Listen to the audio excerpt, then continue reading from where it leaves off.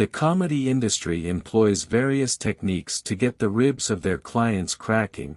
Top of the list is the roast culture. This highly patronized, high-earning industry counts, amongst its diverse range of customers, the elitist of the elites. From football players, runway models, actors and even world leaders. At this year's White House Correspondents' Association dinner, there was a 25 minutes roast of everybody and anybody including the President and First Lady of the United States of America by Trevor Noah, amidst cheers and laughter. President Biden's lack of a filter does get him into hot water sometimes. Last month he caused a huge international incident saying that Vladimir Putin should be removed from power. It was very, very upsetting to Russia. Yeah, until someone explained to them that none of the stuff Biden wants actually gets done. Do you remember the Obama microphone drop meme?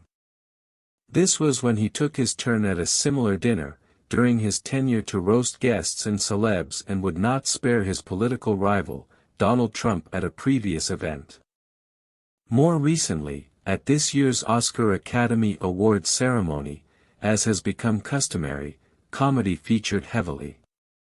However, what was about to happen was extremely unimaginable, even for the class of scriptwriters and make-believe fanatics that had gathered. Will Smith didn't take it too kindly when his wife, Jada, was the butt of a joke at the event.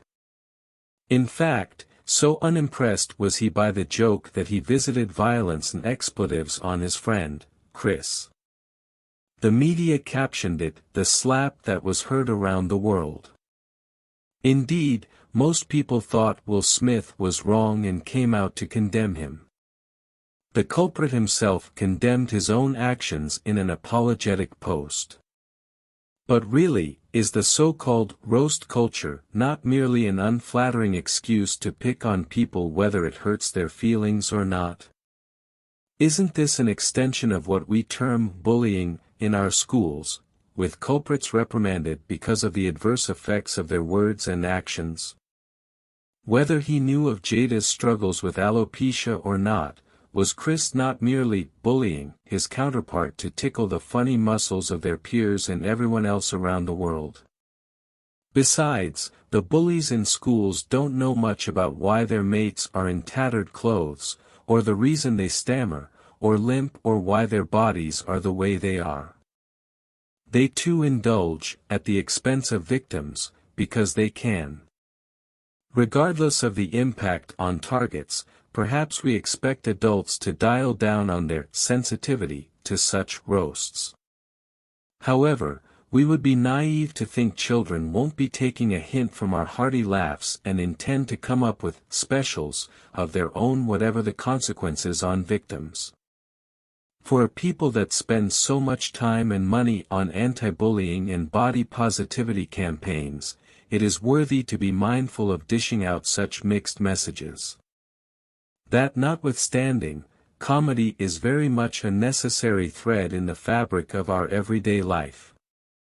Apart from its penchant for providing a means to take a break from the seriousness of life itself, it has also been used as a tool for advocacy and reorientation in society.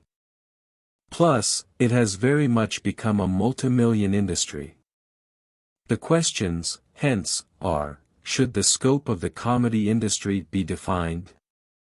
Should comedians be held accountable for their words?